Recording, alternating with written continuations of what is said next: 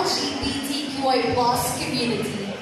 What do you believe is the cause of extreme heat that our planet is currently experiencing? And what sort of platform will you create to support the educational system and the community in general? Once again, as a member of the LGBTQI plus community, what do you believe is the cause of extreme heat that our planet is currently experiencing? And what sort of platform will you create to support the educational system and the community in general? Your timer starts now. Thank you so much for that question. The true problem here is the responsibility of each and every one.